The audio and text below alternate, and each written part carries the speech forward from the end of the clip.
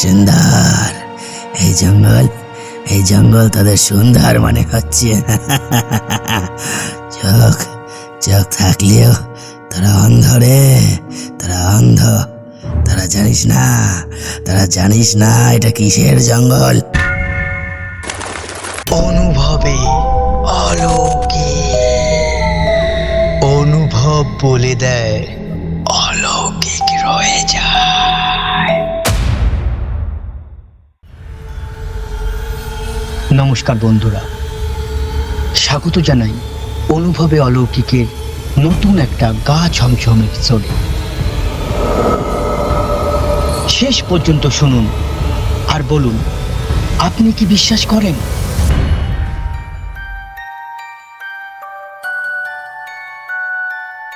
মানুষের অহংকার বড় অদ্ভুত। আমরা ভাবি জগৎটা কেবল আলো আর বিজ্ঞানের নিয়মে চলে, কিন্তু এর ওপারে ওত পেতে থাকে এক আদি নিশ্ছিদ্র অন্ধকার। যখন কেউ অতি সাহস বা কৌতূহলের বশে সেই অন্ধকারের সীমানা লঙ্ঘন করে, অন্ধকার আর তাকে ছাড়ে না। তবে সে রক্তমাংসের শরীরে আঘাত করে না, সে সরাসরি আঘাত হানে মানুষের আত্মার সবচেয়ে দুর্বল জায়গায়। আজকের ওই হাড় হিম করা সত্য ঘটনাটি আমাদের লিখে পাঠিয়েছেন বারাসাত থেকে রীতিশ দাস। শুরু করা যাক আজকের ঘটনা। রাত 3টের ওয়েচিং আওয়ার।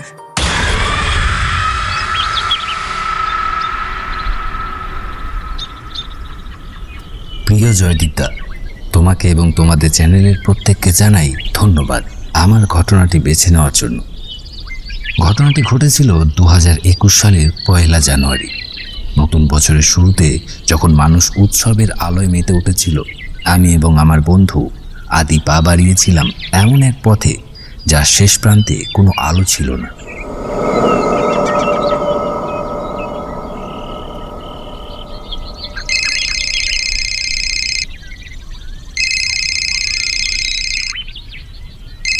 হ্যালো রীতিশ, বল ভাই, আমি কখন থেকে তোর ফোনের অপেক্ষা করছি বলতো? দুপুর গড়িয়ে বিকেল হতে চললো, নতুন বছরের প্রথম দিনটা অর্ধেক তো পারই হয়ে গেল, অথচ তোর কোনো পাত্তাই নেই। আমি তো ভেবেই অবাক হচ্ছিলাম যে রীতিশ আজ আমায় ভুলে গেল নাকি। আরে ধুর পাগল, তোকে ভুলে যাব? বছরের প্রথম দিন যদি আমার এই জানের বন্ধুটার সাথে একটু বাইক রাইডে না বেরোই, একটু আড্ডা না মারি, তাহলে কি নতুন বছরটা আগেও শুরু হয় রে ভাই? আসল কথা হলো, অফিসে কয়েকটা জরুরি মেল চেক করতে করতে একটু সময় লেগে গেল। শোন, আমি বাইক স্টার্ট দিচ্ছি, তুই একদম তৈরি হয়ে বাড়ির নিচে এসে দাঁড়া। আমি 5 মিনিটের মধ্যে তোকে পিক করছি। ওকে ব্রো, নো প্রবলেম, আমি একদম রেডি হয়ে নিচে নামছি। কিন্তু একটা কথা বল, যাবি কোথায়, কিছু ভেবেছিস? নাকি সেই বরাবরের মতন উদ্দেশ্যহীনভাবে বাইক ছোটাবি? আরে আগে তো বাড়ি থেকে বেরোই, নতুন বছরের প্রথম দিন, রাস্তা যেখানে আমাদের নিয়ে যাবে আমরা সেখানেই যাব। কোনো বাধা ধরা ডেস্টিনেশন দেখে কি আর সত্যিকারের এক্সপ্লোর করা যায়? তুই নিচে আয় জলদি।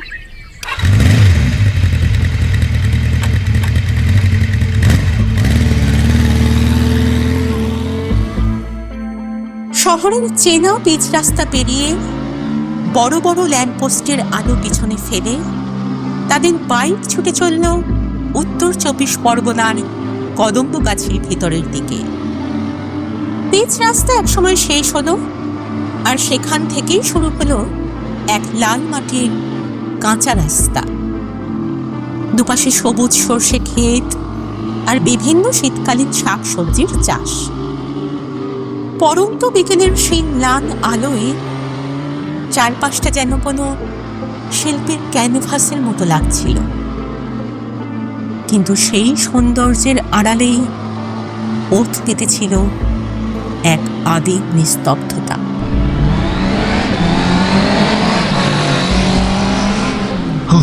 আদি, একবার চারপাশটা ফিল কর ভাই। কদমগাছির মেন রোড থেকে মাত্র 2-3 কিলোমিটারের ভেতরে যে এত সুন্দর, এত শান্ত একটা জায়গা আছে আমি স্বপ্নেও ভাবিনি রে। এটা জাস্ট অবিশ্বাস্য। হ্যাঁ রে রীতিশ, ঠিক বলেছিস। জায়গাটা সত্যি একটা হিডেন প্যারাডাইস।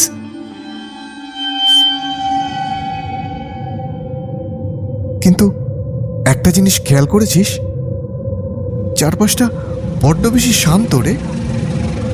এত বড় ক্ষেত, অথচ আশেপাশে কোনো চাষি বা কোনো মানুষের চিহ্নও নেই।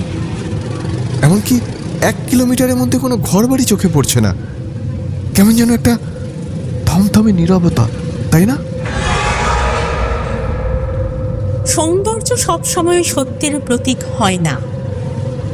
কিছু সৌন্দর্য আসলে একটা ফাঁদ, যা মানুষকে অন্ধকারের দিকে আকর্ষণ করে। ওই দেখ রীতিশ, ওই সর্ষে ক্ষেতটার ঠিক গা ঘেঁষে একটা বিশাল জঙ্গল শুরু হয়েছে। কত বড় বড় প্রাচীন আম গাছ, আর নাম না জানা সব ঘন গাছপালা। চল না জঙ্গলের ভিতরে গিয়ে একটু এক্সপ্লোর করি। চল চল। তুই তো জানিস জঙ্গল আমার কতটা প্রিয়। আর এই জনমানবহীন নির্জনতা দেখ, আমার তো মনে হচ্ছে আমাদের ছোটবেলার সেই ইচ্ছাটা আজ এখানেই পূরণ হতে পারে। তুই তো জানিস এইরকম গভীর আর পরিত্যক্ত পুরো জঙ্গলেই তো সাধারণত তারা বাস করেন। তুইও যেমন। ছোট থেকে কত রাত তো আমরা শ্মশানে আর পুরনো জমিদার বাড়িতে কাটিয়ে দিলাম ভূত দেখার চক্করে।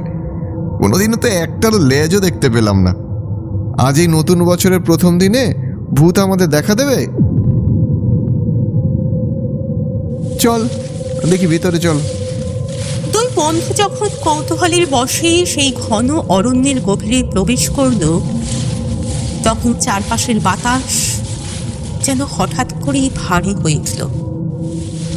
বনের ভেতরের গন্ধটাও কেমন যেন অদ্ভুত, একটা প্রাচীন পচা মাটির গন্ধ। আর তখনই তাদের পায়ের নিচে মাটির গঠনে একটা অদ্ভুত পরিবর্তন ধরা পড়ল। এই রীতিশ, এইদিকে একটু তাকা ভাই। ওই গাছের নিচে ওগুলো কি বলতো? মাটির উপরে কেমন ছোট ছোট উঁচু ঢিবির মতো সারি হয়ে আছে না? আর কিছু কিছু জায়গা আবার খুব যত্ন করে পরিষ্কার করে রাখা। এগুলো ঠিক কিসের ঢিবি রে? কিসের ঢিবি বলছিস আদি? না না, এগুলো কোনো সাধারণ মাটির ঢিবি না রে, এগুলো কবর। কি কবর? তাও এই লোকালয়হীন গভীর জঙ্গলের মধ্যে? কিন্তু রীতিশ, একটু ভালো করে দেখ, এগুলো সাইজে এত ছোট ছোট কেন? কোনো প্রাপ্তবয়স্ক মানুষের কবর তো এত ছোট হয় না। তাহলে কি এগুলো বাচ্চাদের কবর? এটা কি কোনো বাচ্চাদের কবরস্থান? হ্যাঁ দি, তুই ঠিকই ধরেছিস। কবরের সাইজ দেখে বুঝলাম ওটা কোনো সাধারণ কবরস্থান নয়, ওটা বাচ্চাদের কবরস্থান। আদি, আমি বড়দের মুখে শুনেছি বাচ্চাদের কবরস্থান সাধারণত সাধারণ কবরস্থানের থেকে অনেক আলাদা জায়গায় তৈরি করা হয়। কারণ বাচ্চাদের তো সাধারণত স্বাভাবিক মৃত্যু হয় না, অসুখে অপঘাতে ওরা মারা যায়। ওদের মনের মধ্যে একটা তীব্র অতৃপ্তি, একটা অপূর্ণতার ব্যাপার থেকে যায়। তাই লোক মুখে শুনেছি বাচ্চাদের কবরস্থানকে নাকি আধ্যাত্মিক দিক থেকে পবিত্র বা শুভ মানা হয় না। ওরে বাবারে! কিন্তু রীতিশ, ওই কোণের দিকটা দেখ, মাটির নিচে কেমন বড় বড় গর্তের মতো করা, তাই না? যেন কেউ মাটি খুঁড়ে ভেতরের কিছু বের করে নিয়েছে। ওগুলো কিসের গর্ত রে? ওগুলো দেখে যা বুঝছি, রাতের বেলা বুনো শেয়ালে কবর করে মাটির তলা থেকে বাচ্চাদের লাশ তুলে খেয়ে নিয়েছে। উফ, কি বিভৎস দৃশ্য! আর বলিস না ভাই, আমার গাটা কেমন গুলিয়ে উঠছে। সূর্য পুরো ডুবে গেছে, চারপাশটা কেমন নির্ঝুম হয়ে আসছে। চল এখান থেকে বেরিয়ে যাই, আমার আর এক মুহূর্ত এখানে থাকতে ইচ্ছে করছে না। হ্যাঁ চল, আজ অন্তত ফিরে যাই। তবে একটা কথা আদি, আমরা কিন্তু একটা মারাত্মক জায়গার সন্ধান পেয়েছি। আমাদের যে ছোটবেলা থেকে ভূত খোঁজার নেশা, আমার মনে হচ্ছে এখানে ঠিক সময়ে মানে মাঝরাতে আসতে পারলে হয়তো ভূত বাবাজি দেখা পেলেও পেতে পারি। কি বলিস? আর একদিন আসবো তো? হ্যাঁ, আসতে তো হবেই। ছোট থেকে কত ভূতের গল্প শুনলাম, কিন্তু আমাদের তো কখনো ভূত দেখা দিল না। চল, পরে আরেকদিন প্ল্যান করে আসা যাবে। 1 জানুয়ারির সেই সন্ধ্যার পর থেকে রীতিশ আর আদির অবচেতনে যেন এক তীব্র নেশা চেপে বসল। তারা প্রতিজ্ঞা করল সেই কবরস্থানে তারা গভীর রাতে যাবে এবং অলৌকিক কিছু ক্যামেরাবন্দি করবে। কিন্তু নিয়তি হয়তো তাদের সেই যাত্রাকে সহজ করতে চায়নি। এরপর একে একে তারা মোট 7 বার চেষ্টা করেছিল সেই জঙ্গলে প্রবেশ করতে, কিন্তু প্রতিবারই কোনো না কোনো অলৌকিক বাধা তাদের পথ আটকে দাঁড়ালো। কখনো হুট করে চলন্ত বাইকের ইঞ্জিন মাঝ রাস্তায় স্তব্ধ হয়ে গেল, কখনো বা এমন ঝড় বৃষ্টি শুরু হলো যে কদম্ব গাছের ভেতরের রাস্তা জলমগ্ন হয়ে গেল। আর একবার তারা যখন সমস্ত বাধা পেরিয়ে প্রায় জঙ্গলের মুখে পৌঁছে গিয়েছিল, ঠিক তখনই সেই খুঁটখুঁটে অন্ধকারের ভেতর থেকে এক ছায়ামূর্তি তাদের সামনে এসে দাঁড়ালো। এই এই কারা তোরা? আর আর এই মাঝরাতে এই অভিশপ্ত জঙ্গলের মুখে দাঁড়িয়ে কি করছিস তোরা? যা যা যা, এখান থেকে যা। কিছু না দাদা, আমরা এই সোদপুরের দিকেই থাকি। এই নতুন বছরের শুরুতে একটু লং ড্রাইভে বেরিয়েছিলাম। জায়গাটা খুব সুন্দর আর শান্ত, তো তাই একটু দাঁড়িয়ে দেখছিলাম আর কি।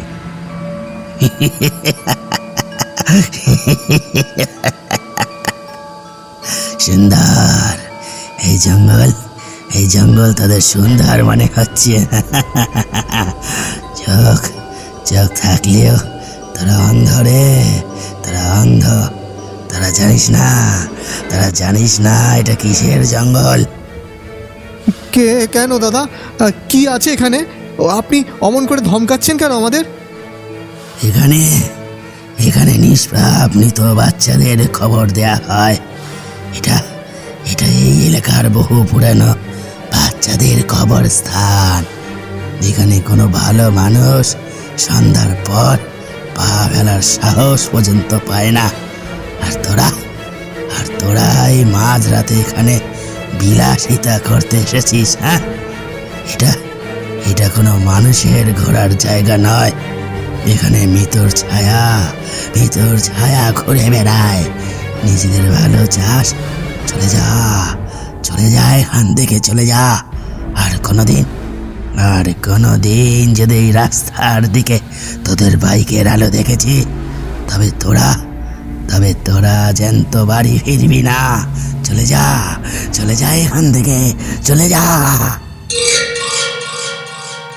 পাহারাদারের সেই তীব্র ধমক আর হাড় হিম করা চাউনি সেদিন 2 বন্ধুকে ফেরিয়ে দিয়েছিল ঠিকই, কিন্তু তাদের মনের ভেতরের সেই কৌতূহলকে পুরোপুরি দমন করতে পারেনি। বরং সেই 7 বার ব্যর্থতা তাদের ভেতরের জেদকে এক দৃঢ় সংকল্পের রূপ দিল। পাহারাদারের সেই ঘটনার পর বেশ কিছুদিন পার হয়ে গেছে। জানুয়ারি মাসের মাঝামাঝি একটা ঠান্ডা রাত, রীতিশের নতুন স্টার্টআপ কোম্পানির অফিসে বসে 2 বন্ধু তখন চা খাচ্ছিল। ঘড়িতে তখন রাত 12টা পার হয়ে গেছে। অফিসের বড় হলঘরটায় কেবল তাদের টেবিলের ল্যাম্পটা জ্বলছিল।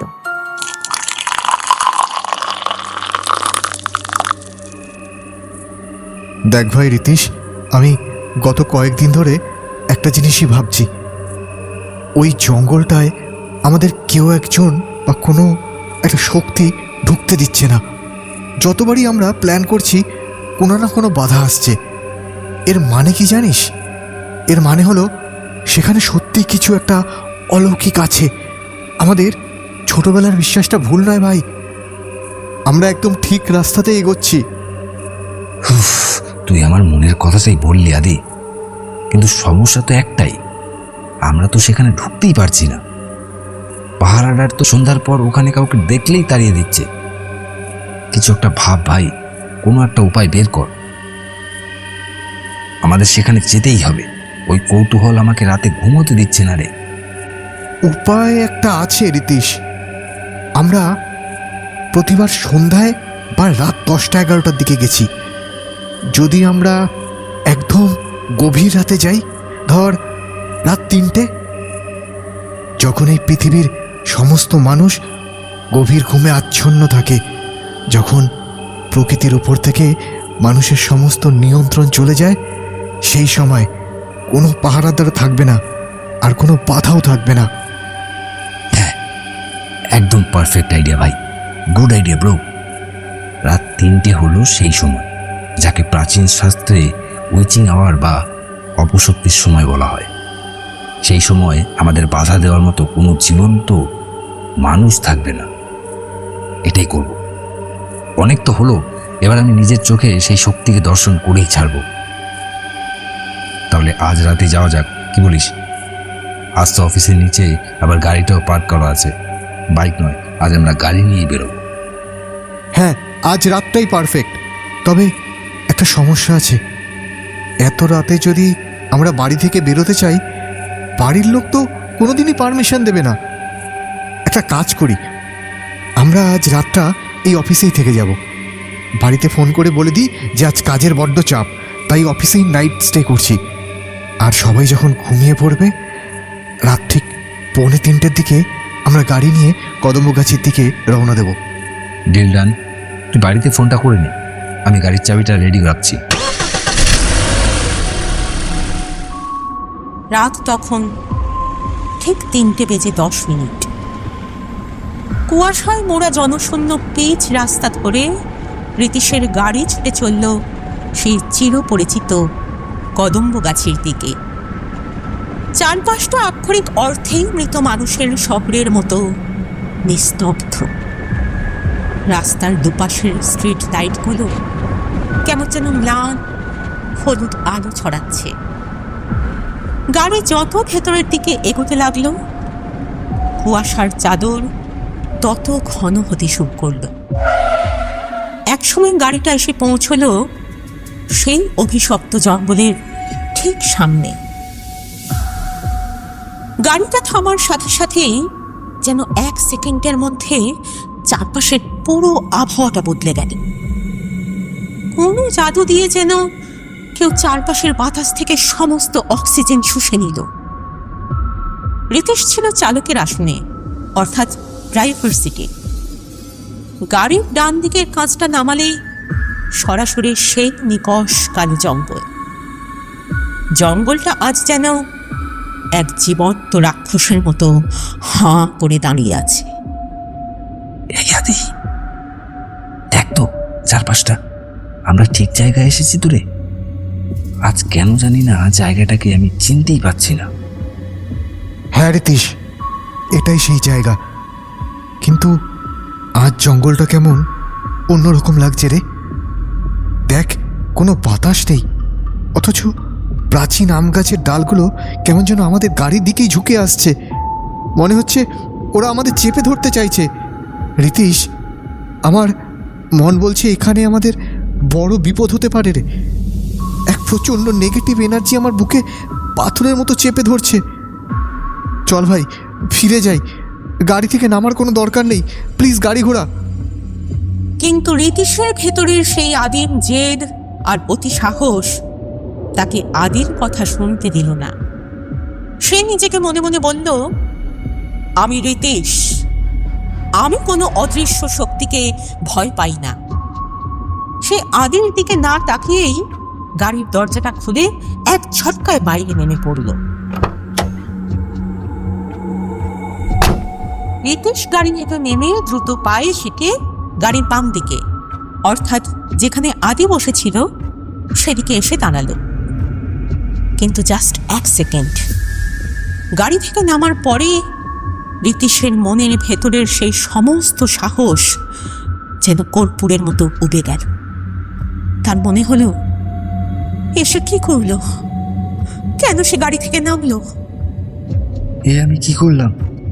আমার চারপাশের এই বাতাস এত ঠান্ডা কেন? মনে হচ্ছে কেউ আমার ঘাড়ে বরফ শীতল একটা হাত দিয়ে আলতো করে ছুঁয়ে দিল। জঙ্গলের ভেতরেই সেই অন্ধকারটা এত ঘন যে আমার গাড়ির হেডলাইটের আলোটাও সেখানে ঢুকতে পারছে না। মনে হচ্ছে এই অন্ধকারের ভেতরে যদি আমি এক পাও বাড়াই তবে আমি আর কোনোদিন এই পৃথিবীতে ফিরে আসতে পারবো না। আমার চারপাশের সমস্ত গাছপালা যেন আমার দিকে হাত বাড়িয়ে দিচ্ছে।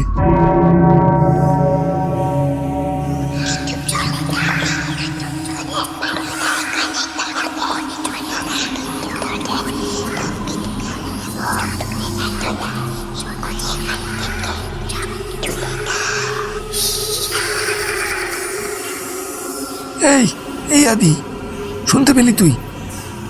গাড়ির ভেতরে বসে তুই কি শুনতে পেলি? কেউ একজন আমার কানে খুব কাছে এসে ফিসফিস করে বলল, ফিরে যা। হ্যাঁ রিতীশ, আমি স্পষ্ট শুনেছি। ওটা কোনো মানুষের গলা নয় রে। তুই জলদি গাড়িতে উঠে আয়, আমাদের চারপাশটা ওরা ঘিরে ধরেছে। চলে আয় ভিতরে। আরে আমার অবস্থা তখন এতটাই খারাপ যে আমি এক পাও নড়তে পারছিলাম না।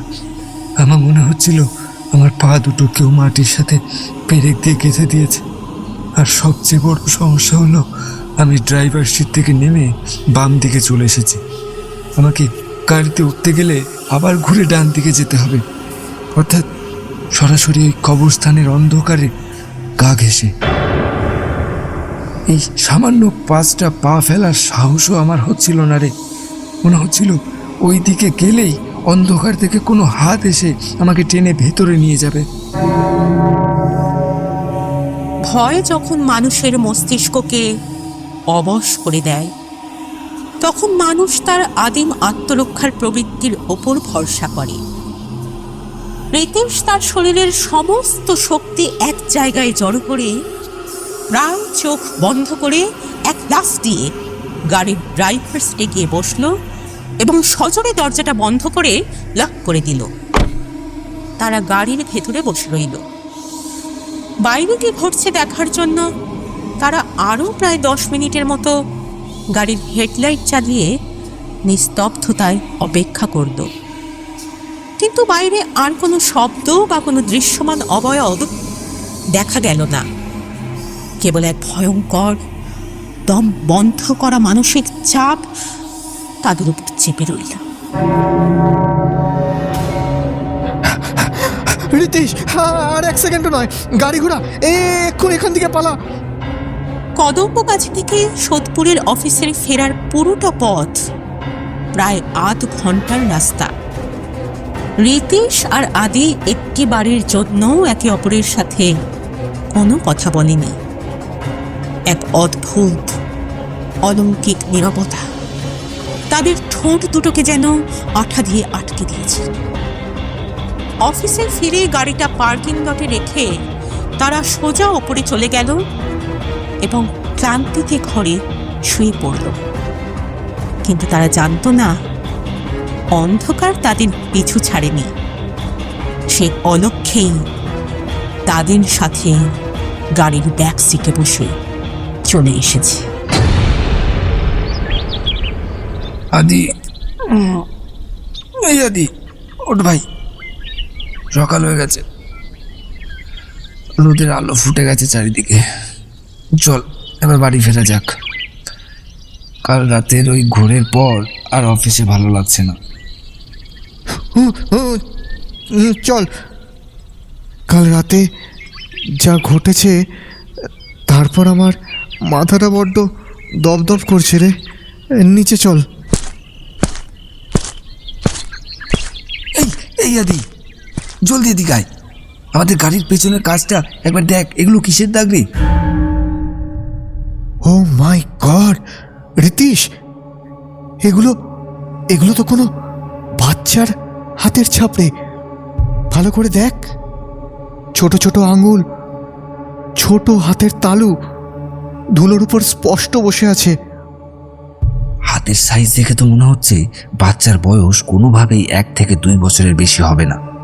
কিন্তু আদি, তুই একবার ভেবে দেখ, অত ছোট বাচ্চার হাত অত উপরে গাড়ির পেছনের গ্লাসে পৌঁছবে কি করে? কোনো জীবন্ত বাচ্চা যদি গাড়িতে হাত দিত তবে গাড়ির বডিতে বা নিচের দিকেও তো দাগ থাকতো, কিন্তু এখানে শুধু পেছনের গ্লাসের ঠিক মাঝখানটায় এই ছাপগুলো এলো কি করে? এটা তো কোনোভাবেই সম্ভব নয়। রীতিশ, কাল রাতে বেরোনোর আগে তুই গাড়িটা ভালো করে মুছিয়েছিলি না? হ্যাঁ রে, আমাদের অফিসের সিকিউরিটি গার্ড কাল রাত 9টার সময় পুরো গাড়িটা শ্যাম্পু দিয়ে পরিষ্কার করে দিয়েছিল। 1 ফোঁটাও ধুলো ছিল না। চল সিসিটিভি কন্ট্রোল রুমে চল, সিসিটিভি ফুটেজ দেখলেই সব পরিষ্কার হয়ে যাবে। তারা দুজনে হন্তদন্ত হয়ে অফিসের সিকিউরিটি রুমে গিয়ে সিসিটিভি ফুটেজ চেক করতে বসলো। কম্পিউটারের স্ক্রিনে ফুটে উঠল কাল রাতের প্রতিটা মুহূর্ত। এই দেখা দিক, কাল রাত 2:45 যখন আমরা গাড়ি নিয়ে অফিস থেকে বেরোচ্ছি তখন ব্যাক গ্লাসের ওপর কোনো হাতের ছাপ নেই। হেডলাইটের আলোয় কাঁচটা একদম চকচক করছে। হ্যাঁ, আর ওই দেখ, ভোর 4:05 যখন আমরা জঙ্গল দিয়ে ফিরে গাড়িটা পার্কিংয়ে রাখলাম। ও গড রীতিশ, ভালো করে দেখ, গাড়িটা থামার সাথে সাথেই ব্যাক গ্লাসের উপরে ছোট ছোট হাতের ছাপগুলো স্পষ্ট দেখা যাচ্ছে। তার মানে আমরা যখন কদম্ব গাছের জঙ্গলে গাড়ি থামিয়ে দাঁড়িয়েছিলাম তখন আমাদের অগোচরেই কোনো একটা বাচ্চার আত্মা আমাদের গাড়ির পেছনে এসে, ও না, আমি আর ভাবতেই পারছি না আদি, কিন্তু ক্যামেরায় তো অফিসের সামনে বা রাস্তায় অন্য কোনো বাচ্চার অবয়ব দেখা যাচ্ছে না। এটা কিভাবে সম্ভব? ও নো নো, এটা কি হলো? এ আবার কেনই বা হলো? ধুর ভাই, একদম ভালো লাগছে না। কি রে, তোর আবার কি হলো? কাল রাতের পর থেকে এমনিতেই মাথা ঠিক নেই, তার উপর তুই আবার এরকম করছিস কেন? সব ঠিক আছে তো? না রীতিশ, কিছুই ঠিক নেই রে। তোকে বলেছিলাম না, মুম্বাইয়ের সেই বড় ক্লায়েন্টের সাথে আমাদের স্টার্ট আপ কোম্পানির যে ডিলটা প্রায় ফাইনাল হয়ে গেছিল, যার জন্য আমি গত 1 মাস ধরে দিন রাত এক করে সমস্ত প্রজেক্ট ফাইল রেডি করে রেখেছিলাম। হ্যাঁ, ওটার তো আজ সই হওয়ার কথা ছিল, ওটার কি হলো? ওরা পুরো ডিলটা ক্যান্সেল করে দিয়েছে রীতিশ। এই দেখ, ওনার পিএ এইমাত্র মেল করলো যে তারা আমাদের মতো নতুন কোম্পানির সাথে আর কাজ করতে ইচ্ছুক নয়। কোনো কারণ ছাড়াই পুরো ডিলটা বাতিল করে দিল। আমাদের প্রায় 5 লাখ টাকার ক্ষতি হয়ে গেল এক ঝটকায়। একজন ক্লায়েন্ট হাতছাড়া হয়েছে তো কি হয়েছে? তুই কাজে ঠিক করে মন দে, দেখবি এর চেয়েও বড় ডিল আমরা পেয়ে যাব। ভেঙে পড়িস না ভাই। রীতিশ আদিকে সান্ত্বনা দিয়েছিল ঠিকই, কিন্তু তারা তখন জানতো না যে এটা কোনো সাধারণ ক্লায়েন্ট হাতছাড়া হওয়ার ঘটনা ছিল না। ওটা ছিল এক অন্তহীন ধ্বংসের সূচনা। সেই দিনের পর থেকে তাদের স্টার্ট আপ কোম্পানির সমস্ত কিছু ধীরে ধীরে ধসে পড়তে শুরু করলো। যেসব রানিং ক্লায়েন্ট তাদের নিয়মিত পেমেন্ট করত, তারা হুট করে পেমেন্ট আটকে দিল। নতুন কোনো অর্ডার বা লিড আসাই বন্ধ হয়ে গেল। প্রথম সপ্তাহ কেটে গেল, 1 টাকারও ব্যবসা হলো না। দ্বিতীয় সপ্তাহ কাটল, কোম্পানির ব্যাংক ব্যালেন্স শূন্যের কোঠায় এসে ঠেকল। তৃতীয় সপ্তাহ যখন শেষ হতে চলল, তখন অফিসের পরিস্থিতি এতটাই ভয়াবহ হয়ে উঠল যে স্টাফেদের মাইনে দেওয়ার মতো 1 টাকাও তাদের কাছে অবশিষ্ট রইল না। আদি, আমার না মনে হয় এটা কোনো সাধারণ ঘটনা নয় রে। এটাকে আমি আর কিছুতেই একটা কাকতালীয় ঘটনা বলে মানতে পারছি না।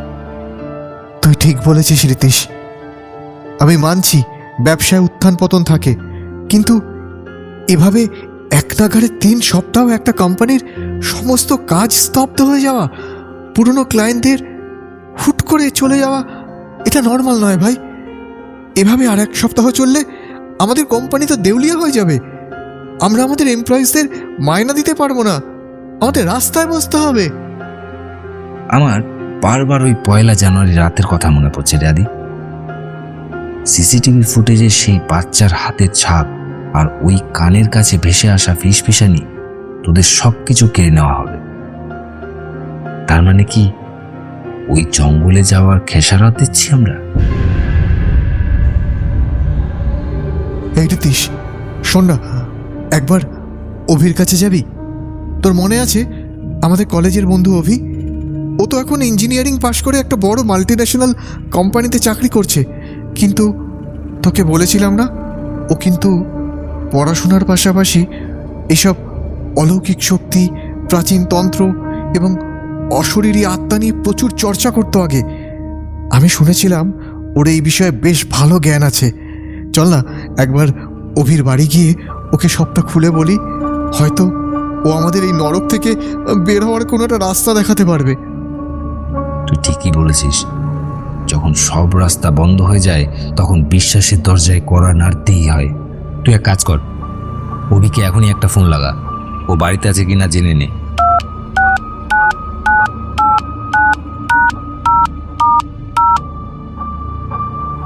হ্যালো অভি, কেমন আছিস রে ভাই? আমি আদি বলছি। আরে আদি, কতদিন পর তোর গলা শুনলাম রে। আমি তো ভালোই আছি, তোরা কেমন আছিস বল? তোদের সেই নতুন স্টার্টআপ ব্যবসা কেমন চলছে?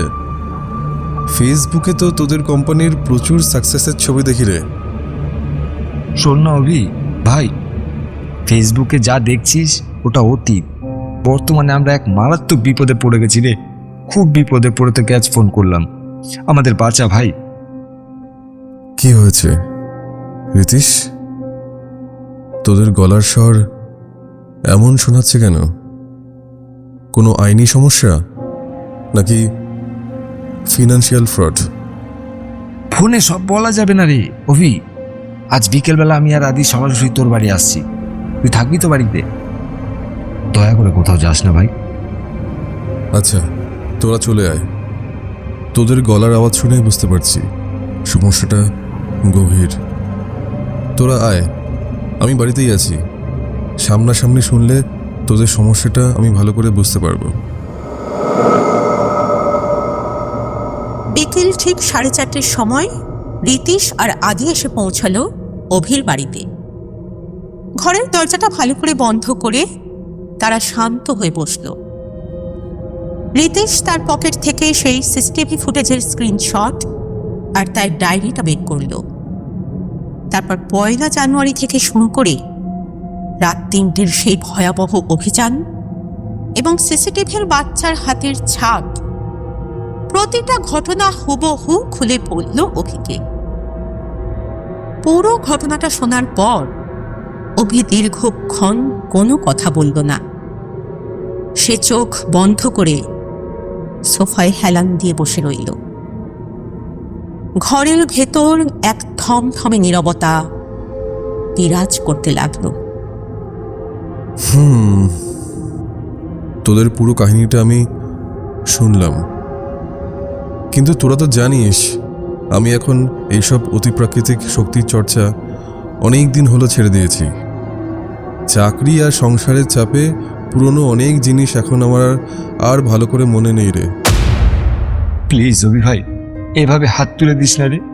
তুই যদি আমাদের সাহায্য না করিস তবে আর কয়েকদিনের মধ্যে আমাদের এত কষ্টের স্টার্টআপ কোম্পানিটা পুরোপুরি লোটে উঠে যাবে রে ভাই। আমরা শেষ হয়ে যাব, কিছু একটা কর।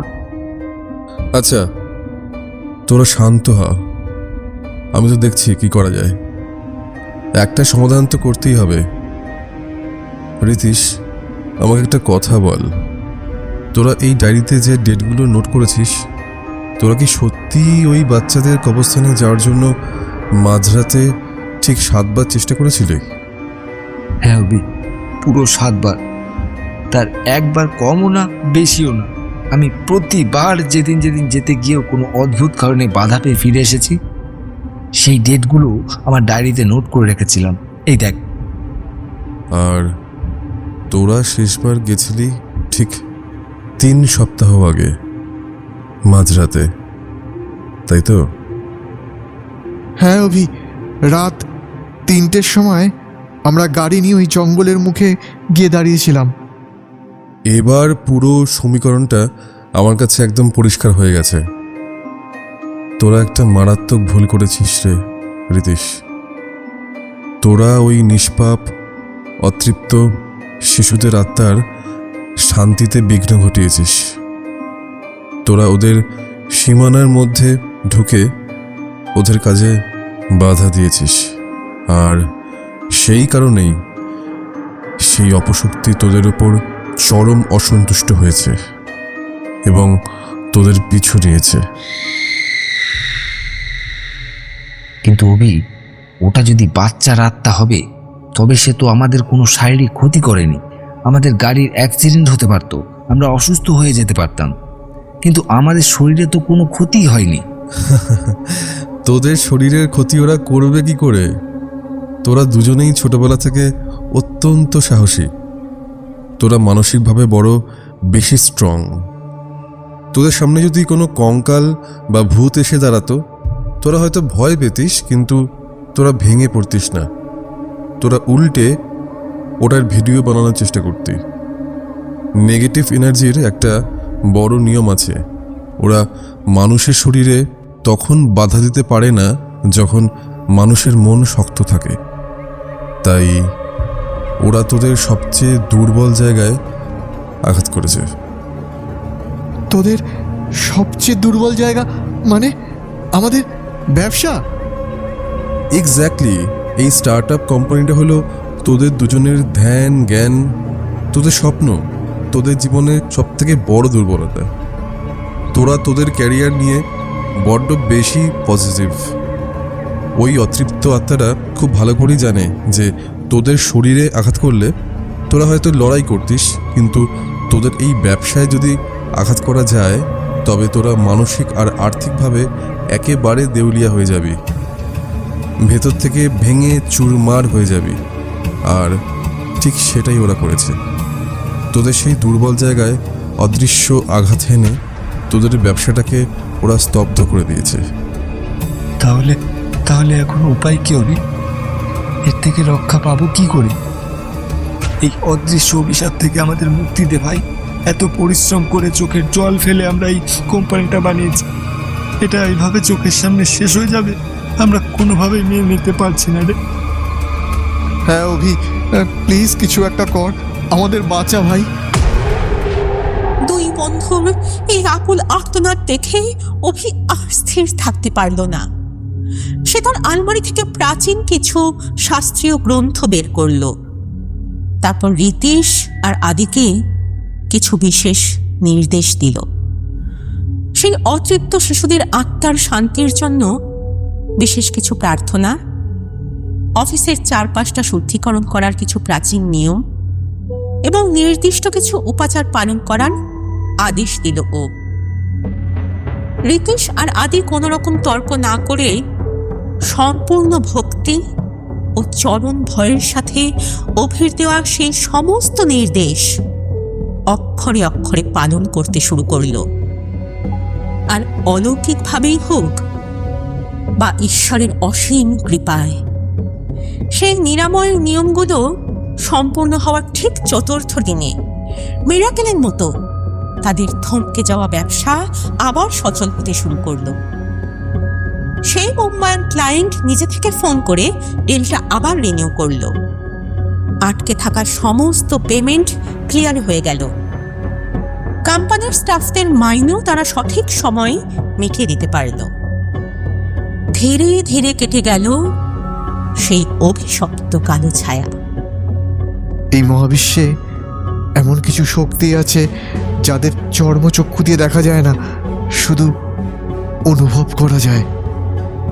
রীতিশ আর আদি আজ তাদের জীবনে প্রতিষ্ঠিত, কিন্তু কদম্ব গাছের সেই বাচ্চাদের কবরস্থানের স্মৃতি আজও তাদের মাঝরাতের ঘুমে এক অজানা আতঙ্ক এনে দেয়। বিজ্ঞান হয়তো সব কিছুর ব্যাখ্যা দিতে পারে না, আর প্রকৃতির এই রহস্যময়ের জগতের সব জ্ঞানের কোনো নির্দিষ্ট উত্তরও থাকে না। কিছু কিছু উত্তর অন্ধকারের বুকেই আজীবন চাপা থেকে যায়, আমাদের চেনা পথের এক অজানা সঙ্গী হয়ে। কেমন লাগলো আজকের ঘটনা? আপনার ঘটনাও যদি আমাদের সঙ্গে শেয়ার করতে চান, তাহলে নিচে দেওয়া আমাদের অফিসিয়াল ইমেল অথবা হোয়াটসঅ্যাপ নাম্বারে আপনার ঘটনা পাঠিয়ে দিন। আপনার ঘটনা যদি আমাদের ভালো লাগে, আপনার ঘটনাও পৌঁছে দেবো আমরা হাজার হাজার মানুষের কাছে। ঠিক এই রকমই ভৌতিক ও দৈবিক ঘটনা শুনতে হলে আমাদের সঙ্গে থাকুন আর সাবস্ক্রাইব করে রাখুন আমাদের অফিসিয়াল ইউটিউব চ্যানেল অনুভবে অলৌকিক।